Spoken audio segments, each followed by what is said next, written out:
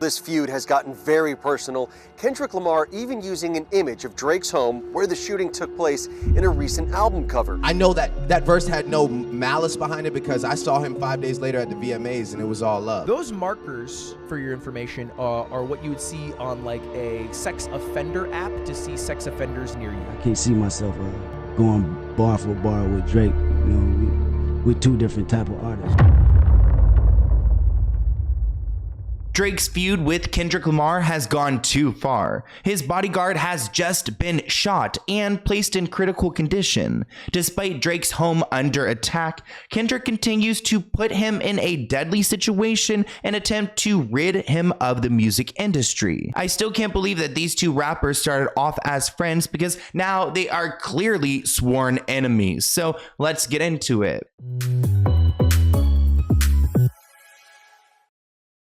If you aren't subscribed to the Let's Get Into It podcast, then you're only getting half the tea. For longer videos, deep dives, and of course, more of me, subscribe to the Let's Get Into It podcast listed in the description below.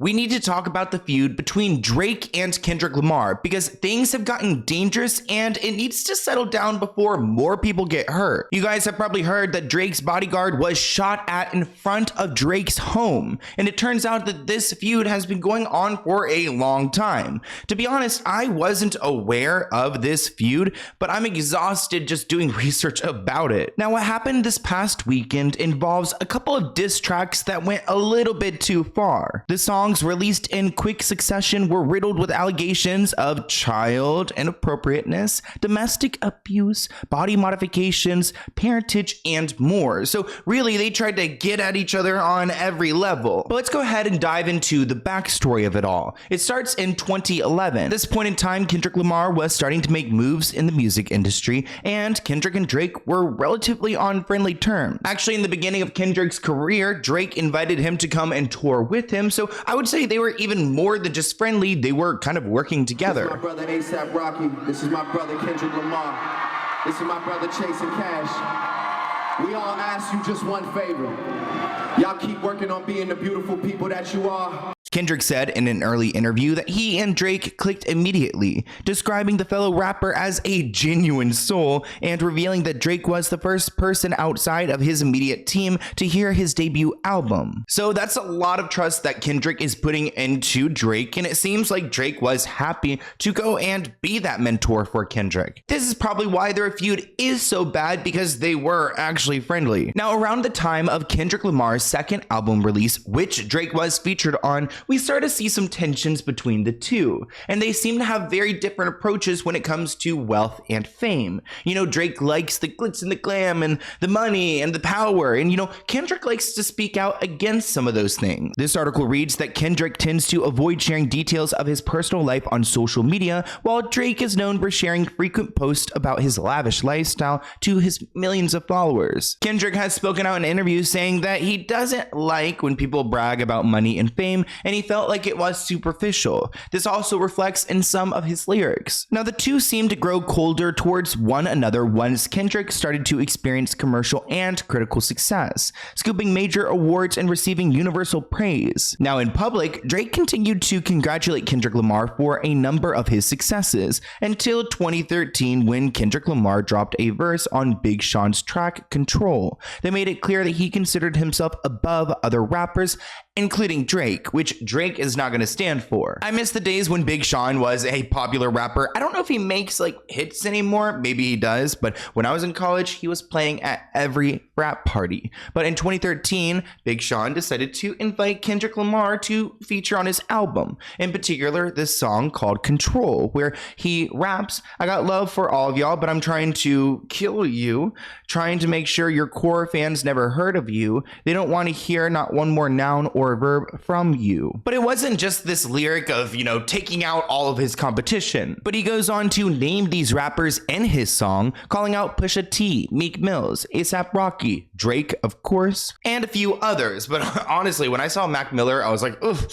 that must feel bad. I mean, at that point, obviously, he didn't know what Mac Miller was going through, but yeah, you know, Kendrick Lamar, obviously, he did do that part. As in, he did out-rap, I guess, Mac Miller. He didn't, like, kill Mac Miller. I'm not pushing that narrative. But in September 2013, Drake starts to talk about these rumors. He did a live interview in New York, and he acknowledged that while Kendrick Lamar's lyrics were a moment to talk about, the two had been friendly with each other. He said, I saw him 5 days later at the VMAs and it was all love. So he's just, acknowledging this is part of the rap world, and him and Kendrick are real life friends outside of this song. I know that verse had no malice behind it because I saw him 5 days later at the VMAs and it was all love. But then Drake decided to release his third album, titled Nothing Was the Same. In this album, he appeared to take aim at Kendrick Lamar on the track The Language, rapping F any people that's talking crap just to get a reaction. On the same track, he referred to himself as the kid with the motor mouth, I am the one you should worry about. He seemed to mock Kendrick Lamar's attitude towards wealth, rapping,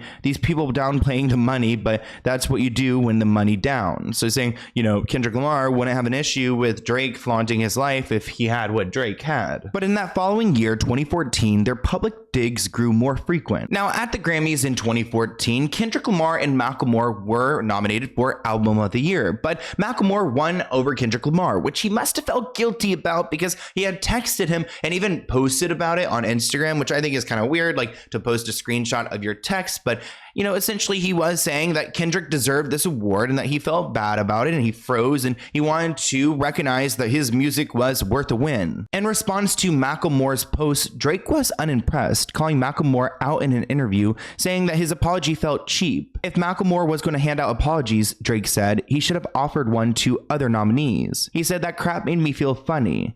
No, in that case, you robbed everybody. We all need text messages. And I think it's because Macklemore was having a big year 2014 and Drake was bitter about it. Also bitter that Macklemore felt the need to apologize to Kendrick Lamar, but not to Drake himself. Now in 2015, they both dropped albums around the same time. So the beef was fueled by fans who compared the two artists against each other. Now Kendrick Lamar continued to make digs about what he perceived to be the difference between his artistry and Drake's, leaning into public perception that Drake was a glorified pop artist rather than a credible hip-hop star. Because these albums were released around the same time, reporters would ask Kendrick who would win if him and Drake went head-to-head on several occasions. Kendrick said that him and Drake aren't in the same category or genre. Many people saw this as a diss, while others agreed with Kendrick. It's a whole nother dynamic. I can't see myself going bar for bar with Drake. We're two different type of artists. We all know Drake likes to make his poppy songs with a beat like Hotline Bling or Controlla, and Kendrick Lamar likes to make more thoughtful music that will call out certain problems in society. I mean, at one point, Kendrick's lyrics were even chanted at protests, so there's a lot more meaning behind his work.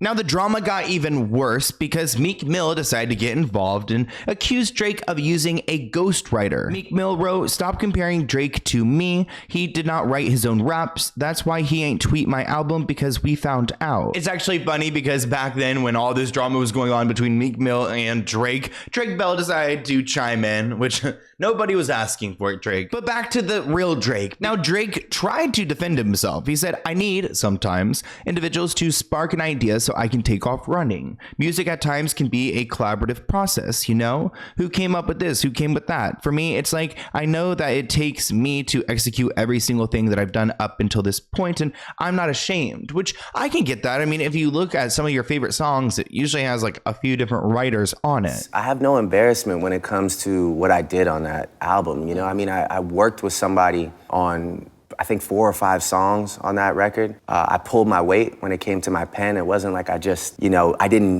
wasn't like I needed somebody to facilitate, entire ideas. We worked together. Interesting, the double standards between pop music and rap music, because pop music, everyone tends to buy their pop songs, and rap music, if you don't write your raps, then you tend to lose respect. In Kendrick's track King Kunta, he raps, "I can dig rapping, but a rapper with a ghostwriter? What the F happened? I swore I wouldn't tell." Through this time, Kendrick Lamar goes quiet with new music releases, except for a film release, for Black Panther back in 2018, while Drake continues continued to dominate the charts with a string of releases. But even though Kendrick Lamar hasn't been making music recently, he's still a big point of conversation, and a lot of people like to compare him to Drake. Actually, our former president Barack Obama was asked whether he preferred Kendrick Lamar or Drake, and Obama revealed that he's got to go with Kendrick Lamar. He said, "I'm just saying, I think Drake is an outstanding entertainer, but Kendrick, his lyrics, his last album was outstanding, best album I think last year." Now that we've got Barack Obama's take, let's go ahead and take it to present day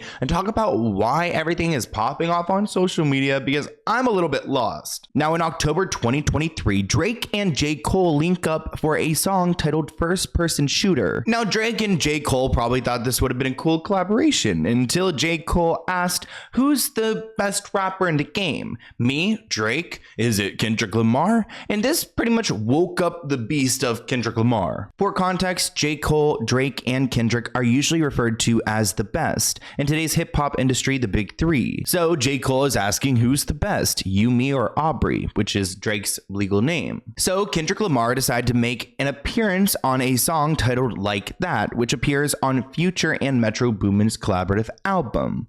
He raps "Mother effer, the big three, it's just me." So pretty much saying that he is on his own the best and that he doesn't need either J. Cole or Aubrey, aka Drake. Now speeding up to March 2024, Drake seemingly responds to Kendrick Lamar's diss while he's been on tour. Drake addressed the crowd and seemed to reference the shots that Kendrick took at him and J. Cole on Future and Metro Boomin's Like That.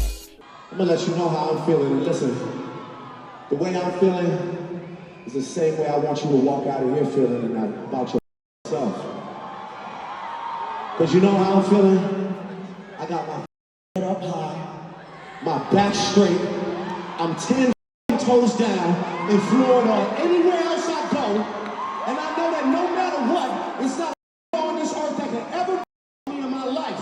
So Drake felt like he did his big one, and it was giving very much Kanye West, like kind of ranting, but also he was going off. I mean, enough for Kendrick to put out a 6-minute diss. I'm not joking, people. In April 2024, Kendrick Lamar strikes back with a 6-minute long diss titled Euphoria, seemingly a nod to Drake's role as a producer on the hit HBO teen drama. The 6-minute track features Kendrick Lamar opening fire on Drake's racial identity, alleged use of ghostwriters, and recent remarks and behavior that have led to accusations of misogyny. Let's talk about some of the more notable lines from this track that's really hurt Drake's feeling. How many more black features till you finally feel like you're black enough? I like Drake with the melodies. I don't like Drake when he act tough. Oh, we don't want to hear you say the N-word no more. Oh, we don't want to hear you say the N-word no more. Stop. So the lyrics are targeting Drake's insecurities of his biraciality because his mother is white and his dad is black, and some people who are mixed race never feel like they belong to a certain one.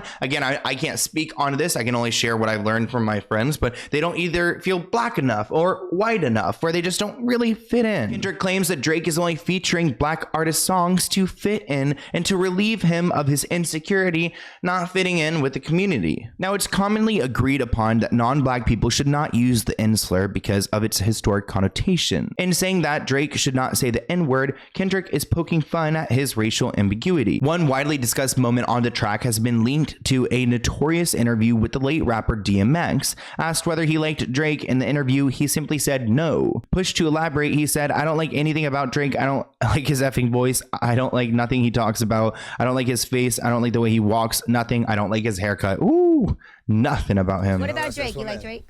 I don't like anything about Drake. Mom, I don't like his voice. I don't like what he talks about. I don't. See, I be trying to tell his face. I don't like the way he walks. Like nothing. I don't like his haircut.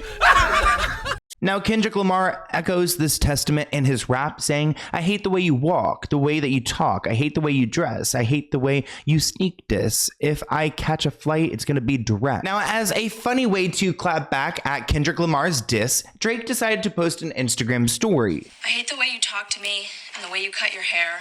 I hate the way you drive my car. I hate it when you stare. I hate the way you're always right. I hate it when you lie. I hate it when you make me laugh. Even worse when you make me cry." That scene right there was from the rom-com film 10 Things I Hate About You, and it's essentially mocking Kendrick's lyrics on his new diss track Euphoria that he just dropped today. Now, recently on May 3rd, Kendrick drops a second diss called 616 in LA. It's just a few days later, and before Drake had properly responded, Kendrick dropped this track and he put it on his Instagram. The title is once again pointed as it nods to a favored theme in Drake's work, seen in songs like 9 a.m. in Dallas or 8 a.m. in Charlotte, 4 p.m. in Calabasas. We've got 616 in LA and it's Kendrick's time. Now, the gist of this track is that Drake has a lot of moles and fake people around him that are leaking information. He raps, "Are you finally ready to play Have You Ever? Let's see. Have you ever thought that Ovo was working for me? Fake bully, I hate bullies. You must be a terrible person. Everyone inside your team whispering that you deserve it." So Kendrick is trying to say that Drake's employees, some of his best people, are actually working against him. 100 people that you cut a salary and 20 of them want you as a casualty, and one of them is next to you. That is when Drake decides to respond by releasing a track titled Family Matters. Drake accuses Kendrick Lamar of using his pro-black activism as a hypocrisy. I mean, that he's not really this person he's painting himself out to be. He also accuses him of alleged domestic violence. Drake raps, "You the black messiah, wifing up a mixed queen," referring to Kendrick Lamar's childhood sweetheart and fiance. In perhaps his most controversial lyric, heard over the end of the song as the music tails off, he adds, "They hired a crisis management team to clean up the fact that you beat up your queen. The picture you painted ain't what it seemed." There's also a few really interesting lyrics in Drake's track. Like this one, "I heard that one of them kids might be Dave Free." Here, Drake claims that one of Kendrick Lamar's 2 children's father may actually be Dave Free. Dave Free is a childhood friend and right-hand man of Kendrick, and is suspected to have had an affair with Kendrick's partner, Whitney. I'd also like to note that in the video for Family Matters, there is a van being scrapped. This van is the same van that was featured on Kendrick's Good Kid, Mad City album. So pretty much destroying this van and, alluding to the fact that Drake is now going to destroy Kendrick's career. Now, on that same day, within 30 minutes of dropping Family Matters, Kendrick Lamar releases a new diss track to rebuttal titled Meet the Grams. Meet the Grams is Kendrick's 3rd diss track of the week, in which he accused the rapper of harboring a secret daughter and having a series of addictions to gambling, alcohol, drugs, sex, and spending. Woo, he got it all. Sounds like the Diddy formula. He rapped, "You got gambling problems, drinking problems, pill popping, and spending problems, bad with money, whorehouse, therapy's a start. Ooh, you lied about your son, you lied about your daughter, huh? You lied about them other kids that's out there hoping that you come." Ooh. Drake rebuttals by posting this to his Instagram story. He's pretty much calling out the fact that he does not have a hidden daughter. He says, "Sheesh, like someone find my hidden daughter and bring her to me," because he's unaware. And honestly, with this kind of response, he didn't really respond to anything else. So I could see him like not being aware and being like, I don't actually have a kid. Like, this is made up. But that's not it, because on May 4th, Kendrick Lamar drops a 4th diss titled Not Like Us. The song has racked over 10 million views on YouTube in just hours, and it features an aerial image of Drake's mansion with Target symbols within. In this song, Kendrick goes hard, calling Drake a certified P-word, someone who's interested in children, and using multiple references to his alleged interactions with younger women,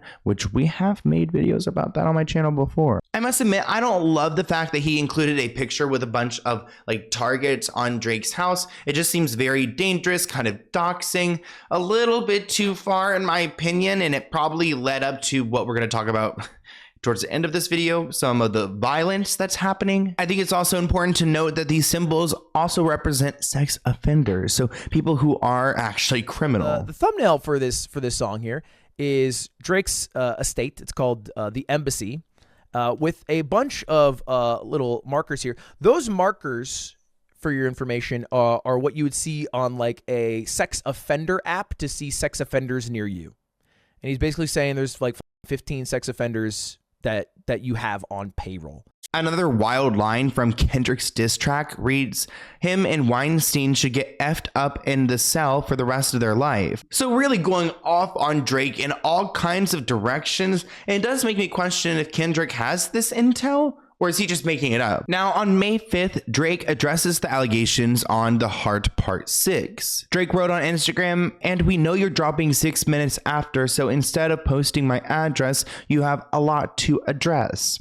A nice little play on words. On the track, Drake shuts down the story about him having a secret daughter, claiming that he and his team planted the fake story on purpose. The ones you're getting your stories from, they're all clowns. I am a war general seasoned in preparation. My jacket is covered in medals, honor, and decoration. You waited for this moment, overcome with the desperation. We plotted for a week and then we fed you information. A daughter that's 11 years old, I bet he takes it. Drake went on to deny Kendrick Lamar's claims that he pursued underage women, writing, I've never been with no underage, but now I understand why this is the angle you really mess with. Just for clarity, I feel disgusted. I'm too respected. If I was effing young girls, I promise I'd done been arrested. I'm way too famous for the crap you suggested, but that's not the lesson. Clearly, there's a deeper message. Now, since the release of this song, one woman has come forward to say that she did kiss Drake when she was 17 years old. In addition, another woman came forward to say that yes, Drake does indeed have an 11-year-old daughter. These could be clout chasers for all I know, but I wanted to mention that yes, it did in fact happen. Now, there's a video of Drake kissing this girl back in 2010. She's now 31. She was 17 back then, which, damn, is that like 17 to 31? I guess the math is working out. But there's a video of this moment and it's gone viral.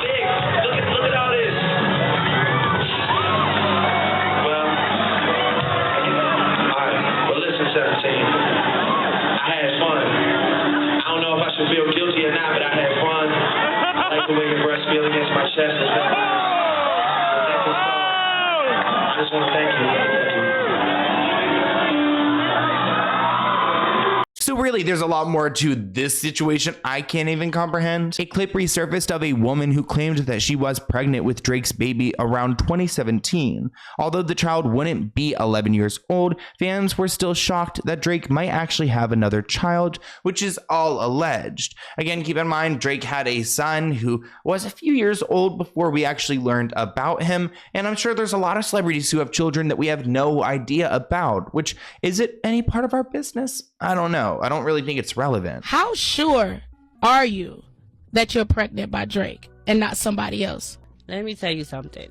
And I'm going to just make this clear because, you know, I have been asked that before. Mm-hmm. I have a child, okay? Okay. I'm a mother already, okay? I know who I sleep with unprotected, period. Mm. So it's 100% sure. He knows it. So at the end of the day, I'm going to just leave it as that. Now, maybe she's BSing. I mean, you can go to court and order a blood test in a paternity situation, get child support. And honestly, like if I had their child, I'd probably opt for the child support. But let's go ahead and talk about how this entire situation has gotten dangerous, because they've been going back and forth with these diss tracks, but now everything's gotten physical. On May 7th, Toronto police seek a suspect in a vehicle after a security guard is shot outside Drake's mansion. Toronto police are seeking help from the public as they continue to investigate a shooting that seriously injured a security guard outside the rapper Drake's mansion. The shooting took place after 2 a.m. on Tuesday in a very affluent neighborhood, so really nobody should be doing drive-bys here unless it's someone who was sent there and maybe paid to do so. That's right. Good morning, Michael. This feud has gotten very personal. Kendrick Lamar even using an image of Drake's home where the shooting took place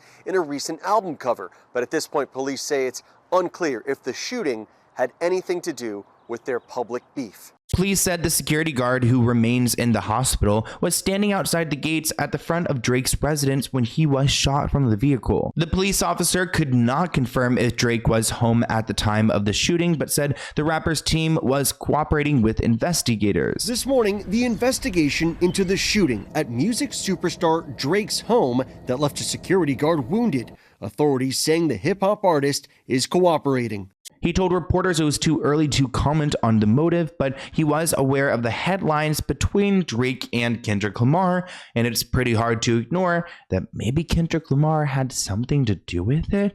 I mean, that just seems so unnecessary. Now, the police don't even know if the feud is linked to this shooting, which I think is concerning, because I feel like they could easily say like, oh no, like Kendrick Lamar had nothing to do with it, but they're not saying that. Kendrick Lamar's team is not saying that. And if this is the case, then these feuds are getting a little bit too intense. I don't really think we need to have this. Yeah, you've got to keep in mind the rap game has kind of been like this for a minute. We've got people who are shot and killed all the time. And this time it was Drake's, bodyguard, but who could it be next time? No matter how bad their feud gets, I really think they need to stick to singing the insults opposed to actually going out and attacking each other.